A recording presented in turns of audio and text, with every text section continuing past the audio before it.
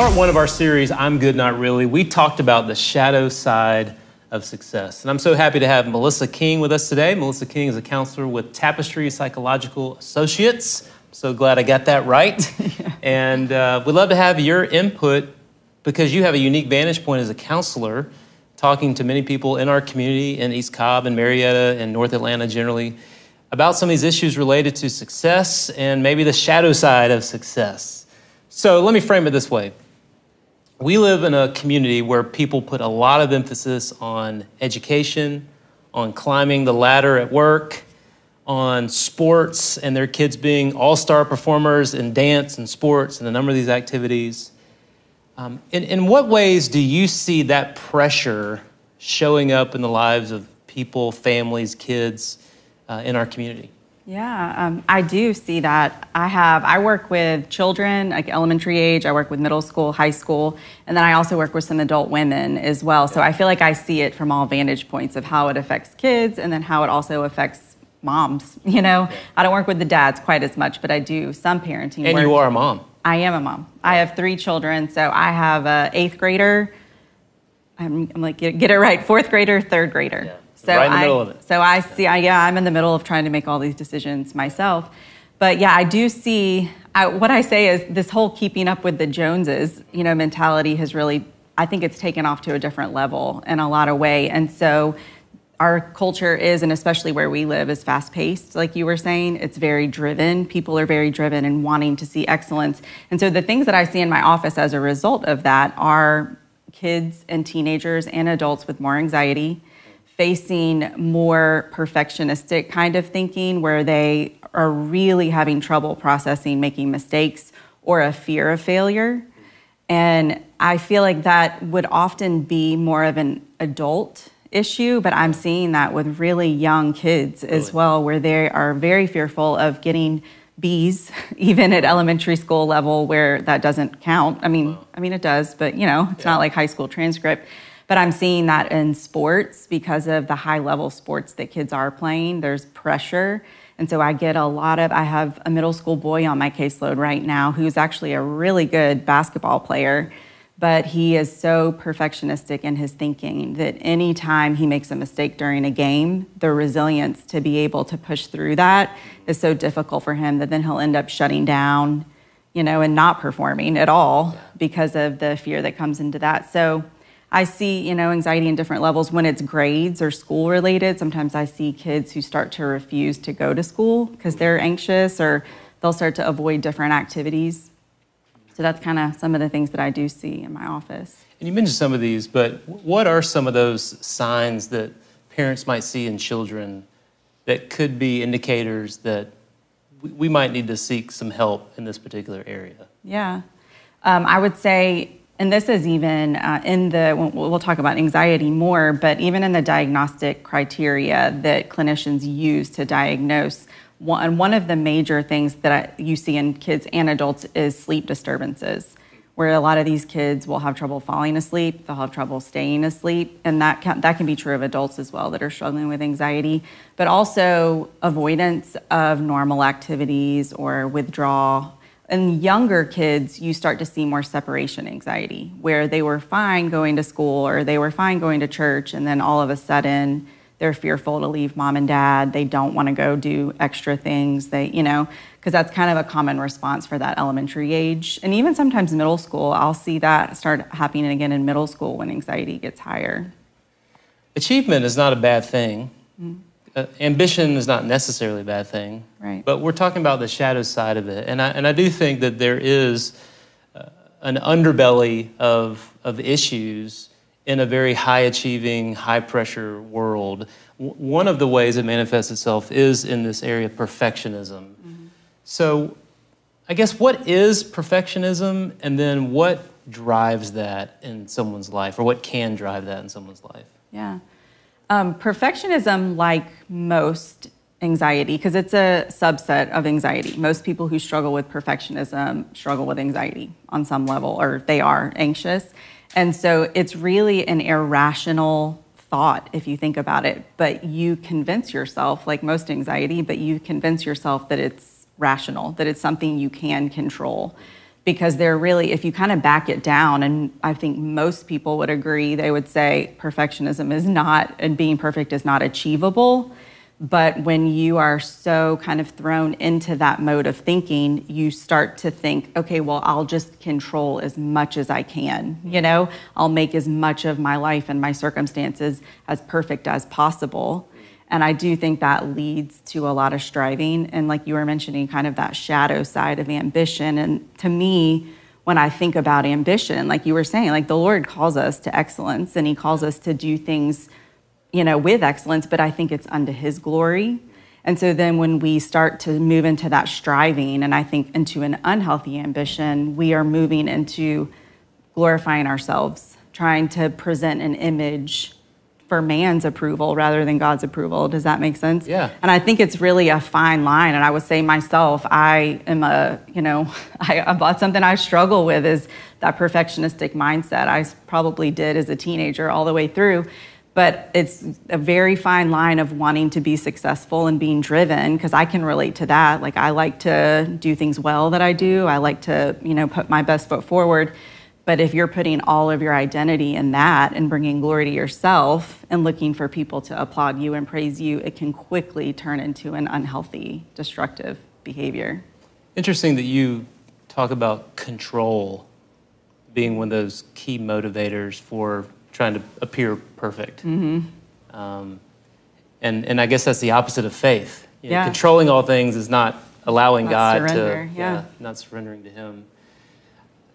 The series that we're in right now is called I'm Good, Not Really. And the premise is a lot of people in our area, if you say, how you doing? I'm good, I'm fine. And we live in an era that tries to project images of success and beauty and power and all these things. But quite often, people aren't doing fine under the surface. And is that a new thing? Is it a more pronounced thing?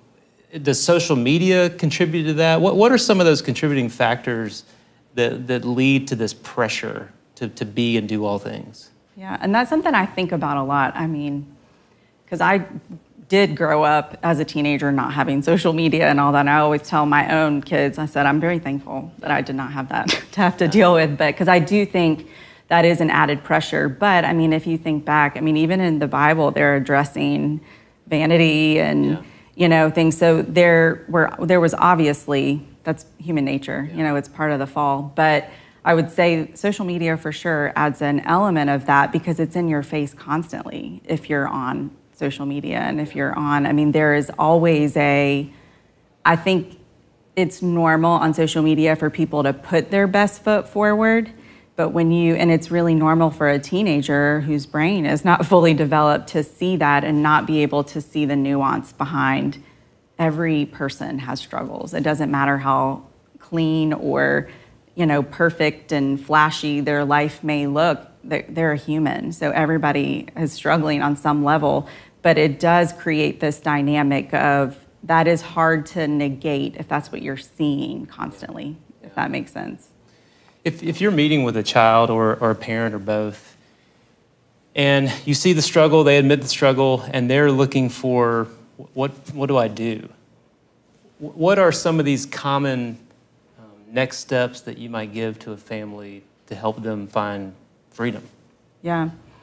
Well, I would say one thing is, as you mentioned, like sports and education and just the pressures that these kids are feeling. And I think even because let's just interrupt. Yeah.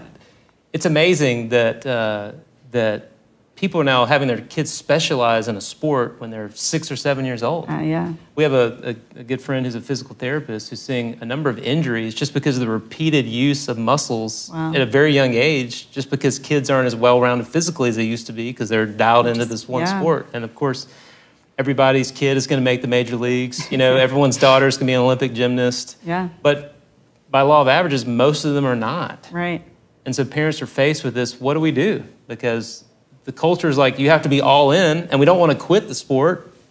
It's just so complicated. It really is. And I will say that coming as a counselor, I see it, and like as a parent, I see that. We've had to make choices for our kids of can they move forward just doing, there's not a lot of in between, like you were saying, there's not a lot of opportunity for a kid who just wants to try a sport at 8 for the first time, because that 8-year-old, let's say, has been playing baseball since he was 4, and then they're on a team. And there are some recreational opportunities, but I do think there is such high pressure in sports, like you were saying, and I see it in education.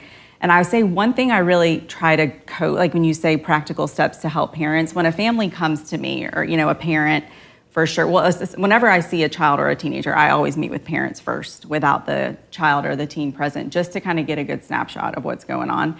And so I'm always trying to understand what's going on in the family dynamic and how busy they are and what's going on. And I think that's a lot of what I see is these parents feeling backed into a corner of, but there's no other option. This is what we have to do. We have to have this busy schedule because this one's a gymnast and this one plays soccer. And what I always tell parents, for one, is it's really important to parent the child that you have and not the child that you wish that you had, or that you wish they would be. Because I do see a lot of parents pushing kids when kids are not even really wanting to sometimes do all of these things, but they will think that, well, we want them to be well-rounded. So we do have them playing guitar and learning voice lessons and playing soccer and then they have to play elite level soccer, and they have, it's just, it creates a chaotic environment for the family, because then you are every single day in your car driving your kid or 3 kids or wherever to all these different places. And so anyway, I see the dilemma, but that's one thing that I always practically start with families, if they will receive it, and just say, let's pause and step back and really evaluate what your values are and what kind of legacy you want to leave for your family, and then try to make decisions according to that. And sometimes that is saying no to certain things and backing away and trying to figure out what you need to do. But I just think that so much of that can lead to a chaotic environment, which can lead to more anxiety. Hard to do. It is hard. It is, yeah. Last question. One of the things that we have to do as believers is to embrace the God-given limitations that we have as gifts. Yes. And by that I just mean that we can't do all things. We can't be everywhere. We can't please everybody. We can't appear. We have limitations. That's right. How are those a gift that can help us depend more on God and to draw our strength and identity and approval from Him versus where we often try to find those things? Yeah. Well, and I can speak from personal experience, because I'm a doer and I'm a let's get it done. Yeah. And I will say, like I said, I have 3 kids, and I've just felt like the older my kids got, the busier the schedules got, I became more and more in touch with my limitations, because I also work. So balancing that as a mom and a working mom.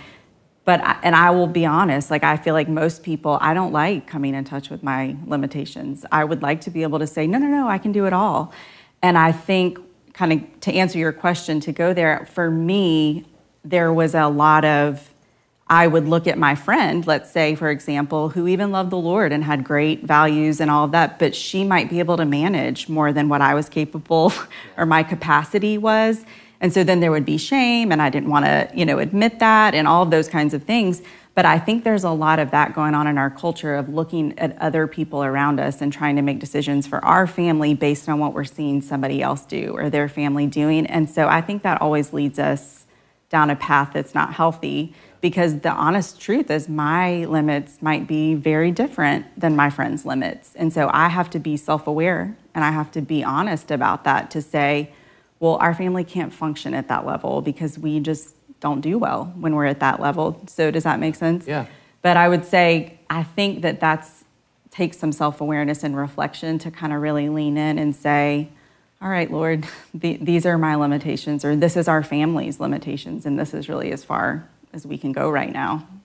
We have to evaluate our lives in light of God's purposes and the story that we want to write for our families. Well, we're so grateful for you, Melissa, for helping us with this conversation, particularly on this idea of ambition.